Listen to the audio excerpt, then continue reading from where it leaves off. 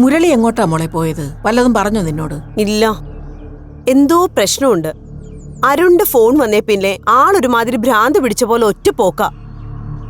ചോദിച്ചിട്ട് എന്നോടൊന്നും പറഞ്ഞുകൂടിയില്ല. ബിപിയേട്ടന്റെ വീട്ടിലേക്കാവും. മാളു ഇവിടില്ലേ? ഇല്ല. ആ, എന്നാ പിന്നെ ഉറപ്പിച്ചോ. അവളെ തല തെറിച്ച പെണ്ണിന്റെ കൂടെ ഉണ്ടെന്ന് മുരളി അറിഞ്ഞിട്ടുണ്ടാവും. അതിന്റെ ദേഷ്യ ഇപ്പൊ ഇവിടെ കണ്ടത്.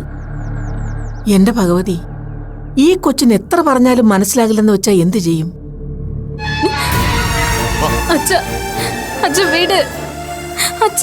നിന്നോട് വരാനാ പറഞ്ഞേ. അയ്യോ, എന്താ ഇങ്ങോട്ട്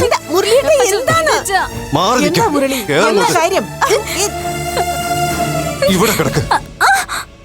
ഇനി നീ വീടിന്റെ പുറത്തിറങ്ങുന്ന എനിക്കൊന്ന് കാണണം. മുട്ടുകാലി ഞാൻ തല്ലി പിടിക്കും, പറഞ്ഞേക്കാം.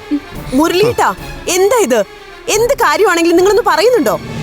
കൊച്ചുങ്ങൾ എന്തെങ്കിലും അറിവില്ലായ്മ കാണിച്ചാ ഇങ്ങനെയാണോ മുരളി വേണ്ടത്? സാവധാനം അവരെ കാര്യങ്ങൾ പറഞ്ഞു മനസ്സിലാക്കുന്നതിന് പകരം നീ ഇങ്ങനെ ക്ഷോഭിച്ചാലോ? 100 വട്ടം പറഞ്ഞാലും മനസ്സിലാവില്ലെന്ന് വെച്ചാ പിന്നെ ഞാനെന്ത് വേണം?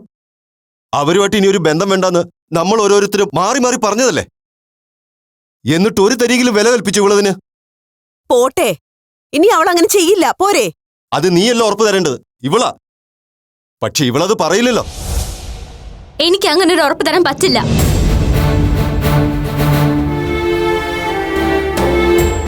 അപ്പനെ കാണണമെന്ന് സംസാരിക്കണമെന്നൊക്കെ തോന്നിയാ ഞാൻ ചിലപ്പോ പോയി നിൽക്കും. എന്തടി പറഞ്ഞേ? അടിച്ചു നിന്നോട്ടല്ലോ.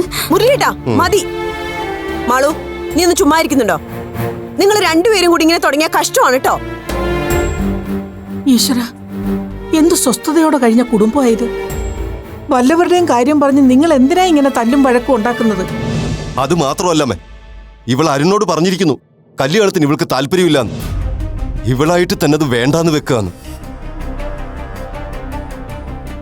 എന്റെ ഭഗവതി, നേരാണോ മുരളി? ഇവളങ്ങനെ പറഞ്ഞോ?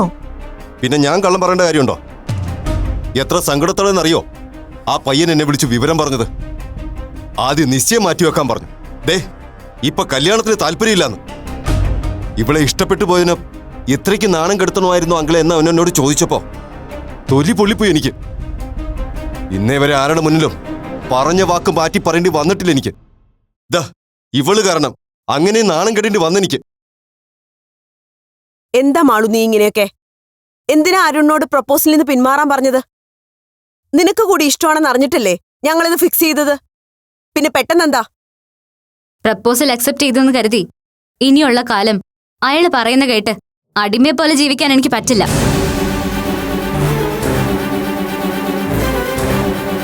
അരുണൊരു മാന്യനായിരിക്കുന്ന ഞാൻ കരുതി. പക്ഷേ ആ വിശ്വാസം തെറ്റാണെന്ന് ബോധ്യമായപ്പോ അത് അയാളോട് മാന്യമായി തുറന്നു പറഞ്ഞ് ഞാൻ അതിൽ നിന്ന് പിന്മാറി. അതിലെന്താണ് ഇത്ര അഭിമാന പ്രശ്നമെന്ന് എനിക്ക് മനസ്സിലാവുന്നില്ല. അരുൺ നിന്നോടെന്തെങ്കിലും മോശമായിട്ട് പെരുമാറിയോ? പിന്നെന്താ അയാൾ മാന്യനല്ലെന്ന് നിനക്ക് ഇപ്പൊ തോന്നാൻ? ഒന്നുമില്ല അശ്വതി, അയാൾ അങ്ങനെ മാന്യത വിട്ട് പെരുമാറുന്ന ഒരാളാണെന്ന് നമുക്ക് ആർക്കെങ്കിലും തോന്നിയോ? അയ്യോയ്യോ, അയാളെ ആ വീട്ടുകാരെയും കുറിച്ച് അങ്ങനെ ചിന്തിക്കുന്നത് പോലും മോശ. അത്രയ്ക്ക് തങ്കം പോലത്തെ ആൾക്കാരല്ലേ അവര്. അപ്പുമായിട്ട് കൂടുതൽ അടുത്തിടപഴകുന്നത് തനിക്കിഷ്ടമല്ലെന്ന് അരുൺ തുറന്നു പറഞ്ഞുപോയി. അതാണത്രേ അയാൾ ആകെ ചെയ്ത തെറ്റ്. അതിനാണ് വിവാഹത്തിന് സമ്മതമല്ലെന്നും പറഞ്ഞ് ഇവൾ അവിടുന്ന് ഇറങ്ങിപ്പോന്നത്. എന്ത് അവിവേക മോളെ നീ കാണിച്ചത്? സ്വന്തം ഭാവിയെക്കുറിച്ചെങ്കിലും നീ ചിന്തിക്കണ്ടായിരുന്നോ? പോട്ടെ, ഇനിയിപ്പോ അതൊന്നും കാര്യാക്കണ്ട. അപ്പോഴത്തെ ഒരു ആവേശത്തിന് നീ അറിയാതെ പറഞ്ഞു പോയതാണെന്ന് മുത്തശ്ശി പറയാ അവനോട്. ഞാൻ പറഞ്ഞ അവൻ കേക്കും. വേണ്ട, ആരും ഒന്നും പറയണ്ട. അരുൺ ഇങ്ങോട്ടൊരു കോംപ്രമൈസിന് തയ്യാറായപ്പോലും ഇനി എനിക്ക് ആ റിലേഷനിൽ താല്പര്യമില്ല. ആരും എന്നെ നിർബന്ധിക്കുകയും വേണ്ട. അത്രയ്ക്ക് അഹങ്കാരമാണെങ്കിൽ അതൊന്നും അറിയണമല്ലോ. വാടി ഇങ്ങോട്ട്. നിന്നെ മര്യാദ പഠിപ്പിക്കാൻ പറ്റും ഞാനൊന്ന് നോക്കട്ടെ. നിനക്ക് ഇത്രയ്ക്ക് അഹങ്കാരം? നശിച്ചു, എല്ലാം നശിച്ചു. ഇതിന് നേരെയാകുമെന്ന് എനിക്ക് തോന്നുന്നില്ല മോളെ. ഓ, എണ്ണം കെട്ട പെണ്ണ് എന്തോ കൈവശം കൊടുത്തിട്ടുണ്ടെന്നാ എനിക്ക് തോന്നുന്നത്.